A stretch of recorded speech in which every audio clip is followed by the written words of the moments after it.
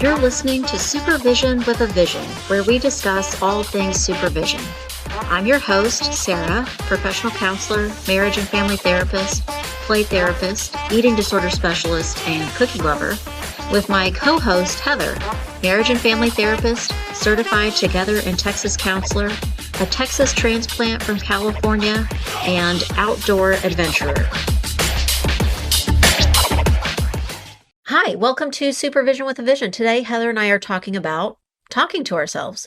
This week, we read Benefits of Talking to Ourselves Aloud, published in Psychology Today, 2024. Heather, this is like kind of a funny topic, but it's different. I wonder, I don't know how much you talk to yourself, so I'm curious. The point of the article, or one of the points, was that we can problem solve through talking aloud to ourselves without needing a lot of new information. Right. Do you see that to be true for yourself or maybe a supervisee? I can see that being true pretty much for anybody if you may not even realize you're doing it.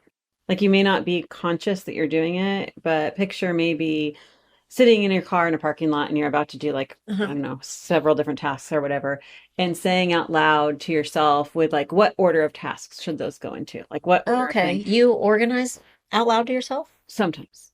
If it's like a especially let's say around the holidays, like I'm picking up multiple things from multiple locations, or like I'm supposed to show up to volunteer for something. And so sometimes, and not really in front of people, I just do it from time to time. Oh, that's a whole different thing. Yeah. Do you sometimes talk aloud to yourself in front of people? I hope not. That feels like crossing a line. I wonder if I don't think I ever do that. Talking out loud to yourself in front of other people. I don't actually talk out loud that often. It's more like in my head, but it's Specifically, this article is about out loud. Out loud. Right. So you don't think that you do that very often? Mm-mm. Okay.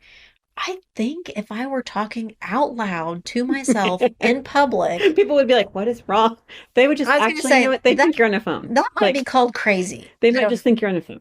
I have to do that a lot. Okay, I like to go to the grocery store or like if I'm shopping, right, with headphones in, listening to something. Yeah. But if I do that, I put my hair up so that you can see that I have headphones. Like so everyone knows, like I am like universal message. Right. I'm talking or listening to something. Please don't interrupt.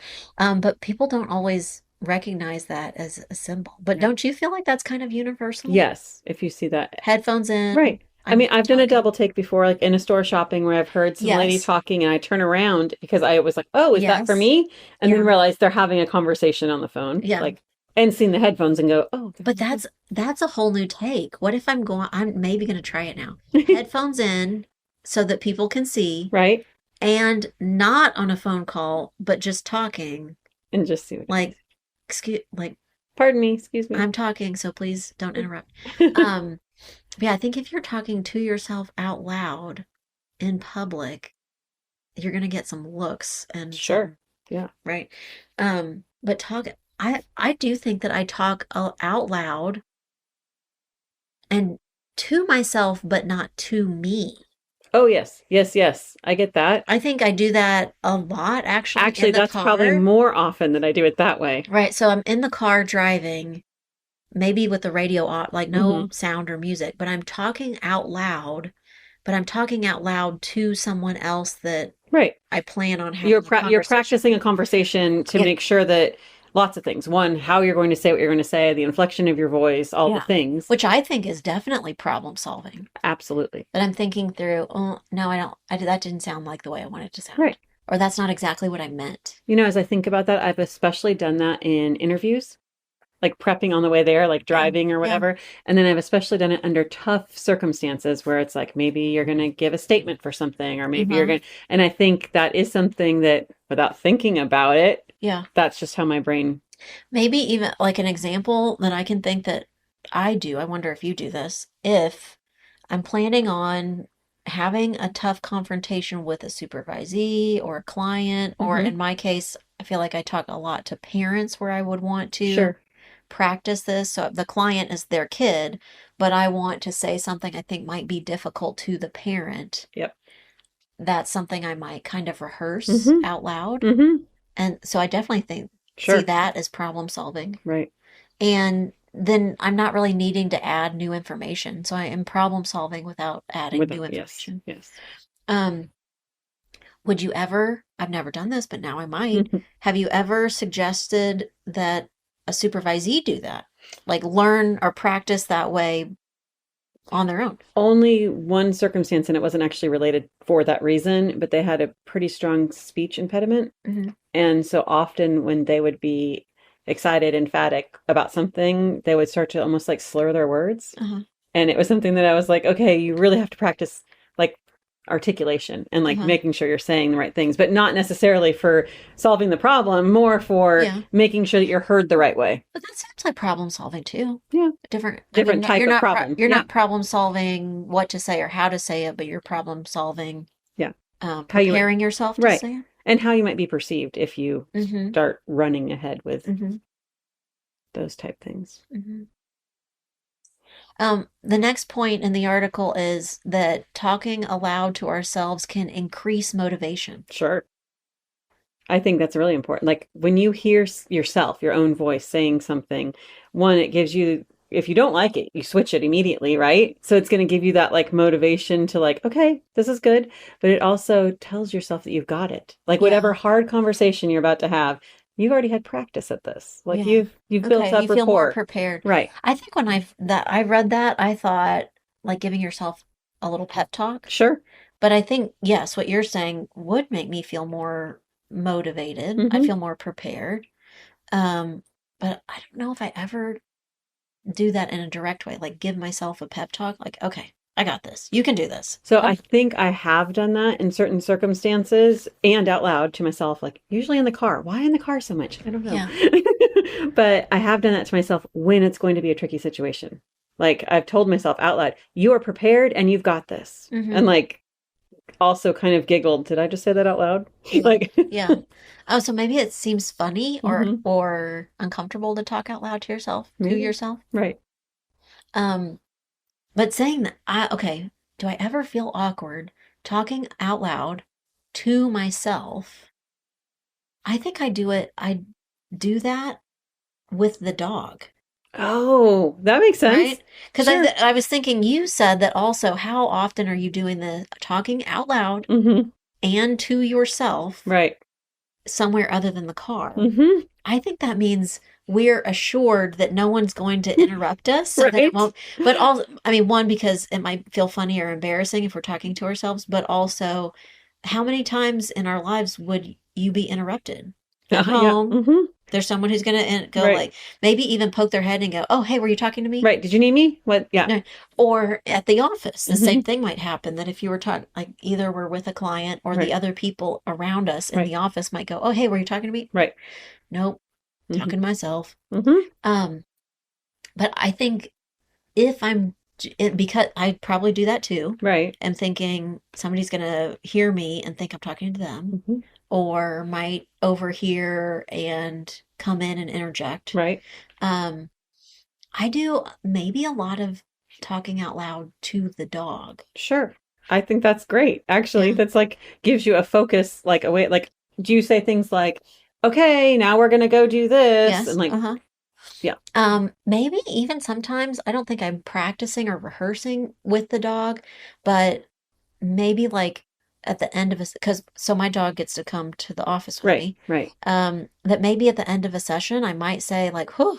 That was a long one. That was a tough one. Right. Whew, man, that was good. Or that I think I say those things out loud to the dog. That makes sense. But it's still kind of out loud to me. I'm the only one that's going to respond. Right. But it probably does increase my self-motivation. Sure. I would bet that's more motivating to like have like a stop, beginning, ending, because you've clarified it, you've said it, and then... Last point of the article is that talking out loud to ourselves can be self-affirming. I think so. I don't know, when I read that, I thought it seemed funny. It does seem funny. Yes. But again, if you're increasing that motivation, it's almost naturally self-affirming, probably. I guess it could go the other way too. Like it could be bad if you're saying something negative. Yeah. But usually you're affirming whatever your opinion already is. Maybe I think it sounds funny because there's not really a sounding board then. If Right. you're Exactly. like, wow, Sarah, you're awesome. Yep. I'm Thanks. awesome. Wow, I think Right. so too. Yeah.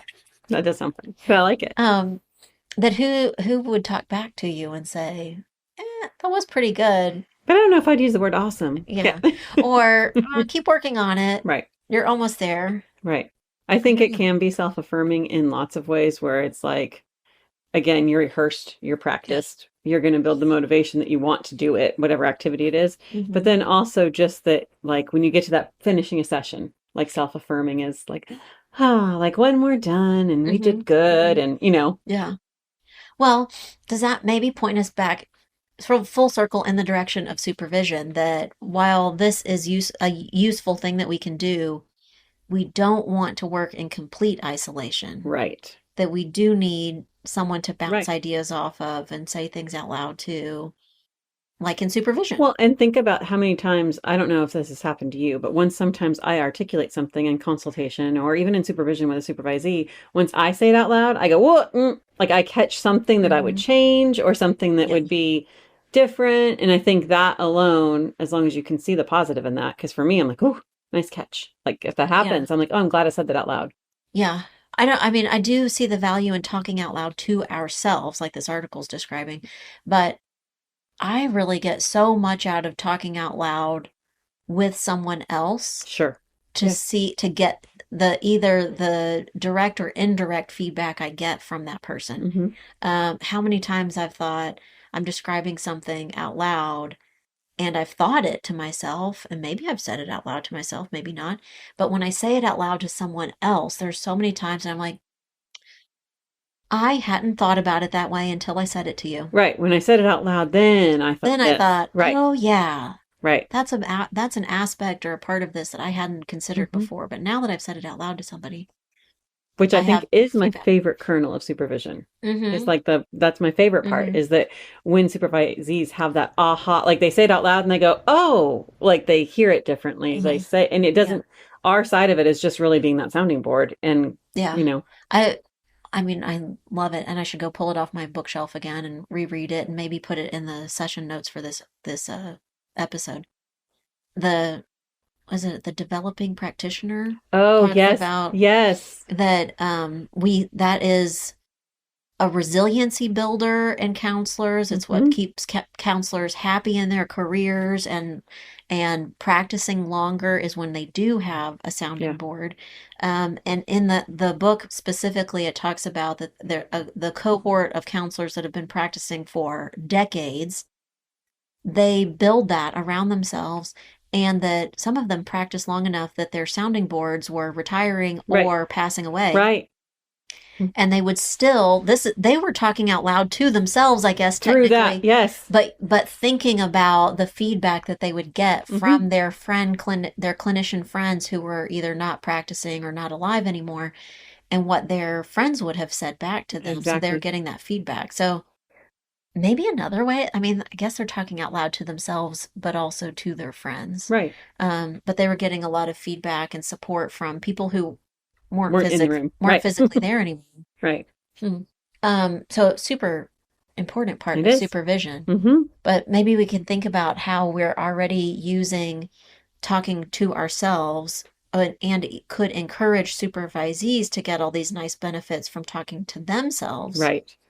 talking through problems, building Right. their motivation. And maybe even setting it as a like before you bring it to supervision, talk it through with yourself. Like that could be an Yes. activity that you Yeah. could Yeah. really use. Or you could ask the question in supervision, what did you say to yourself about this Yes, already? yes. I love that.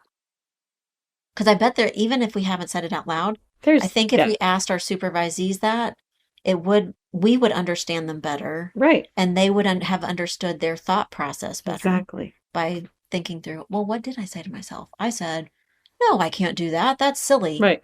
I don't know. Is it Is silly? it Maybe silly it's or not. not? Yeah. Yeah. Or that you and I today, before we hit record, we were talking about that maybe I need to make an abuse report, but you asked me, or we were talking about what's my hesitation? Right. Ugh. That this time I don't really feel like I want to, but I need to. Um, saying those things out loud and thinking through, why That's did good. I think that way? Or Right. what was I saying to myself Right.